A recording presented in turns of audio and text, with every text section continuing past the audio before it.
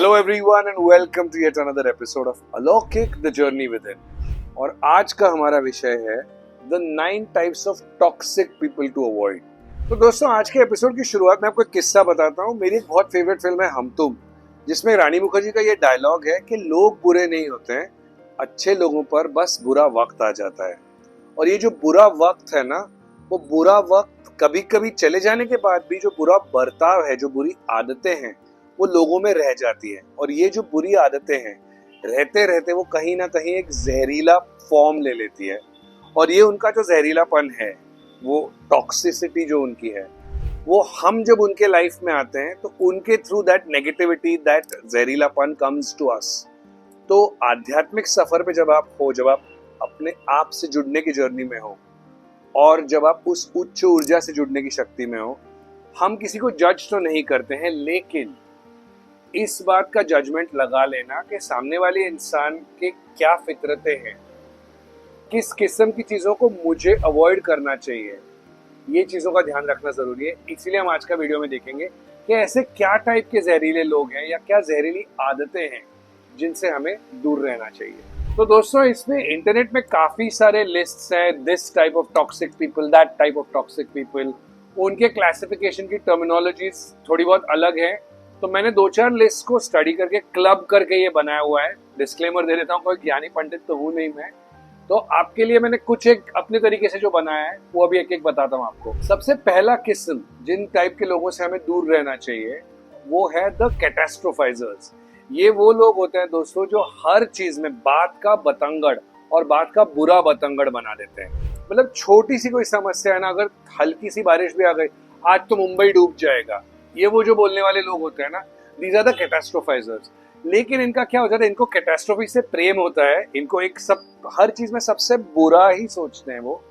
लेकिन इनका फायदा ये, क्योंकि इनकी सोच इतनी ज्यादा एग्जैजरेटेड नेगेटिव है, आप ये आसानी से देख पाते हो और ऐसे लोगों का आपको हार्म थोड़ा कम होता है। The next type of toxic categories to avoid are the complainers, जो कॉन्स्टेंटली कंप्लेन करते रहते हैं। मतलब धूप ज्यादा है तो ओ माय गॉड गर्मी हो रही है, बारिश शुरू हो गई, हे भगवान पानी आ गया।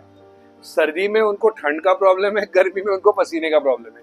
ये वो लोग होते हैं जिनको हर चीज में नुक्स निकालने की और उसके बारे में कंप्लेन करने की आदत होती रहती है। अगेन, एक कंप्लेन करते हैं, ये इरिटेटिंग हो सकते हैं, they might drain you but not really tap into your energy as much. Relatively easier negative ones to tackle. The next type of people are the critics or some curmudgeons, जिनको English में कहा जाता है। ऐसे लोग, मैं 2 categories को club कर चुका हूँ यहाँ पे। क्रिटिक्स यानी कि वही कंप्लेन करने वाले, बट कंप्लेन के साथ साथ हमेशा क्रिटिसाइज करने वाले।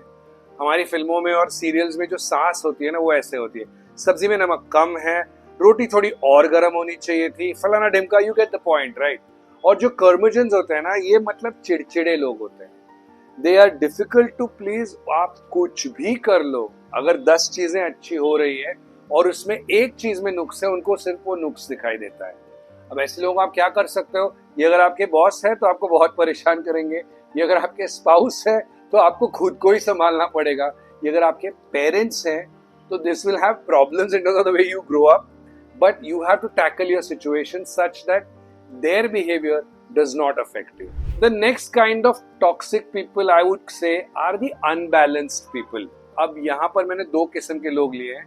एक वो जो कंपल्सिव सेल्फ डिस्ट्रक्टर्स हैं, जो नेगेटिव करते करते खुद की बुराई पे तुले हुए हैं। तो आप ऐसे लोगों पे आपकी एनर्जी जाया कर करके कि भाई तू सुधर, भाई तू सुधर, वेस्ट करने में मतलब नहीं। और इसी कैटेगरी में उल्टे साइड के जो अनबैलेंस्ड लोग हैं, who I would call them toxic positive people, in the sense हर चीज में छोड़ना यार सब अच्छा ही है, छोड़ना यार सब अच्छा ही है। मतलब अगर सब कुछ हर वक्त सिर्फ अच्छा ही है तो हम किसी झूठ या ढकोसले में जी रहे हैं, राइट। स्पिरिचुअलिटी, अध्यात्म, मैंने अपने बाकी वीडियोस में भी ये कहा हुआ है, ये भगवानों का रास्ता नहीं है। अगर आपके मन में कोई नेगेटिव इमोशन आ रही है तो वो है ही नहीं इमोशन, सब पॉजिटिव ही है, ये बोलना गलत तरीका है। यस, वो नेगेटिव है, उसको एक्नॉलेज करो, एड्रेस करो, उस पर काम करो, गेट ओवर इट।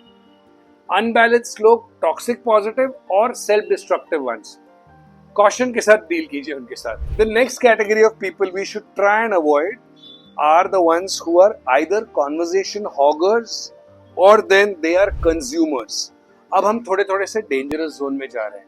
कॉन्वर्सेशन हॉगर्स वो दोस्त होते हैं जो किसी भी आपके कोई ऐसे दोस्त होंगे, किसी भी बात में वो हर बात में अपनी बात ले आते हैं। उन्हें क्या हो रहा है, उनकी तरफ क्या हो रहा है, उनकी जिंदगी में क्या चल रहा है, जबकि आपकी बात जब आती है तो उनको इंटरेस्ट नहीं रहता है।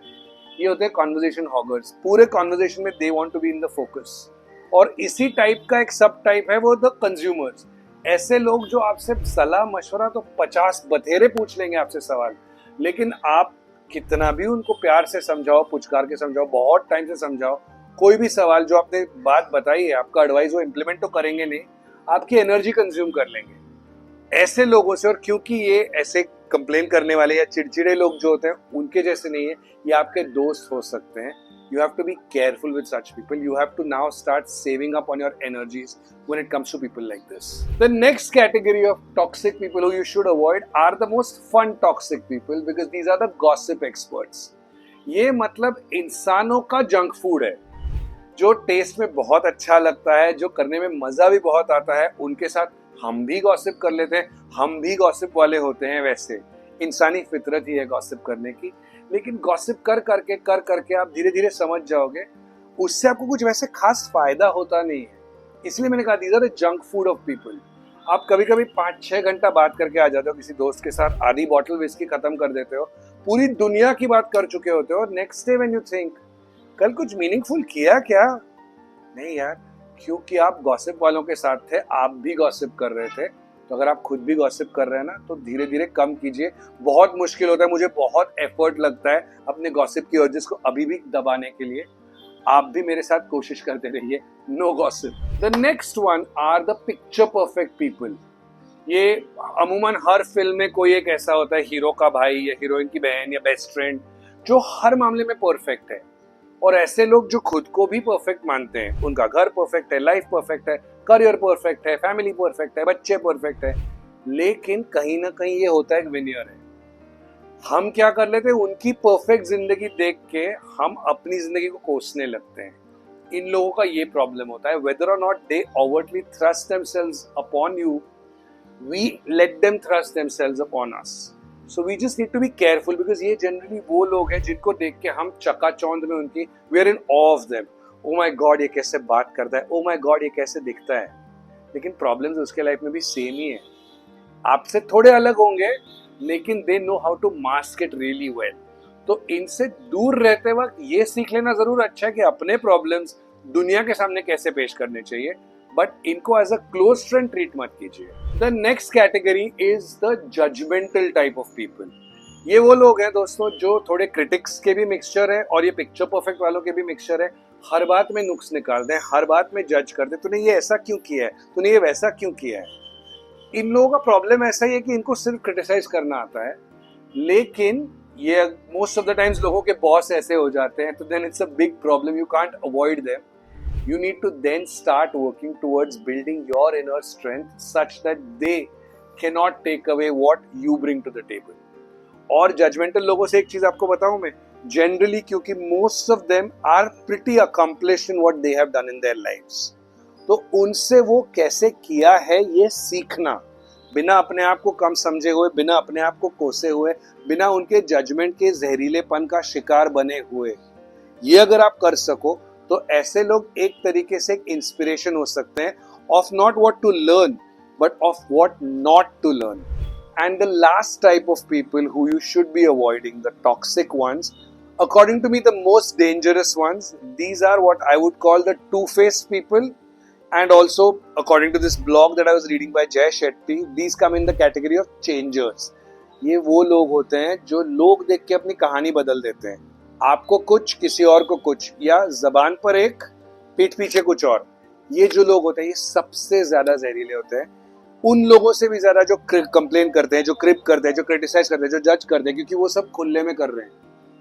ये मीठी छुरी टाइप के जो लोग हैं ना, ये सबसे ज्यादा डिफिकल्ट होता है, क्योंकि आपकी एनर्जी सक करते हैं। मोस्ट ऑफ द टाइम्स ये आपके कोई क्लोज फ्रेंड्स या क्लोज फैमिली मेंबर होते हैं, तो आप उनसे ओपनली अपने दिल की बात कह भी देते हो, You need to be very very careful about this type more than anything else, the मीठी छुरी टाइप्स या दोगले लोग। तो दोस्तों अलग अलग किस्म के जहरीले ट्रेड्स वाले लोग कैसे अवॉइड करने चाहिए, ये करते करते मैंने भी बहुत जजमेंट ले लिया, आज खुशी से जजमेंटल हो गया मैं भी।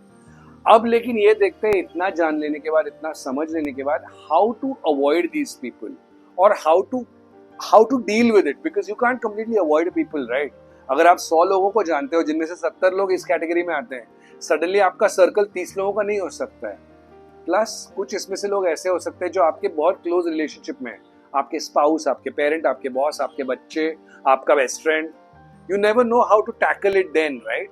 सो you have to start building your own energy such that their toxicity or their toxic traits do not affect you. इसके लिए 4 सिंपल चीजें करनी बहुत जरूरी है। एक, अपने दिमाग में नंबर 1 क्लैरिटी रखिए। क्लैरिटी इन टर्म्स ऑफ मैं जैसा हूँ, ये मेरी जिंदगी है, मुझे ये मिला है, मैं इसके बेसिस पे ही रहने वाला हूँ, ये मेरी बाउंड्रीज है, इसके आगे कोई दोस्त, कोई भाई, कोई बॉस, कोई इन्फ्लुएंसर इसके आगे मुझे नहीं बता सकता है। ये क्लैरिटी सबसे ज्यादा जरूरी चीज है। ये क्लैरिटी आपके डिफाइन कर दिया आपने बाउंड्रीज। पॉइंट नंबर 2, आपको कम्युनिकेट करना चाहिए अपने दोस्तों से। अगर आप ये डील कर रहे हो, अपने फैमिली से डील कर रहे हो, बिना रिश्ता तोड़े अपनी हदें बता देना कि भाई यहीं तक मैं सहूंगा, इसके बाद नहीं सहूंगा। ये कम्युनिकेट करना, क्योंकि सामने वाले को जब तक आप बताओगे नहीं कि ये चीज गलत है, उसको एहसास भी शायद नहीं होगा। तो अच्छे से प्रोएक्टिवली कम्युनिकेट करेंगे तो वो बिल्डअप होके नेगेटिव बॉटल्ड अप इमोशंस और टॉक्सिक लेवल पे नहीं जाएगा। तीसरी चीज, आपको आपके हर बर्ताव में वही कंसिस्टेंसी बरतनी पड़ेगी। आपने कम्युनिकेट करके अगर किसी को बोल दिया कि आप मुझसे ये नहीं कह सकते हो, तो सिर्फ मुंह पे नहीं कह सकते हो ऐसा नहीं, आपके व्हाट्सएप पोस्ट को वो कैसा रिस्पॉन्ड करते हैं उसमें भी वही कंसिस्टेंसी चाहिए। यहाँ उन्होंने आपको जज किया, आपको पसंद नहीं आया, पर आपकी कमेंट का जोक उड़ा दिया पब्लिक फोरम पे, वो आपको चल गया, then there is no consistency. You need to be consistent in the message. ये मीडिया का सिंपल लॉजिक है जो यहाँ हमें फॉलो करना पड़ेगा। और सबसे इम्पोर्टेंट चीज, क्योंकि अलौकिक एक प्रयास है अपने आप से जुड़ने का और अपने आप से इस क्लैरिटी से जुड़ने का, ताकि हम सब और सबसे जुड़ सकें। तो इस सब में कहीं ना कहीं करुणा का भाव, compassion, the fourth and the most important trait to have, compassion आपके अंदर होना चाहिए। सामने वाले को जब आप बोल रहे हो मुझे जज मत कर, उस वक्त आप भी उसको जज कर चुके हो, तो उसको उस तरीके से जज करना, किस हद तक माफ करना, कहाँ आपकी सहानुभूति, कहाँ आपकी समानुभूति, कहाँ आपकी करुणा आती है, ये आपको ध्यान रखना पड़ेगा। आपकी करुणा जो है, it can not be the reason why someone else takes disadvantage of you, but it should be there to the extent that you extend the courtesy to the other person that you expect for yourself. That was the video guys. आपको कैसा लगा हमें comments में जरूर बताइए। मुझे बहुत मजा आया है ये किसी को जज ना करो कहते कहते सबको जज कर लेने के लिए। ये छोटी छोटी खुशियाँ नॉन टॉक्सिक लेवल पे लाइफ में आप भी ले आइए। टॉक्सिसिटी अवॉइड कीजिए, अपने आप से जुड़िए, उस उच्च ऊर्जा से जुड़िए। अलौकिक देखते रहिए। Please like, share, subscribe, comment बताते रहिए हमें आपको कैसा लग रहा है। मैं मिलूंगा आपसे नेक्स्ट वीडियो में, तब तक के लिए नमस्ते।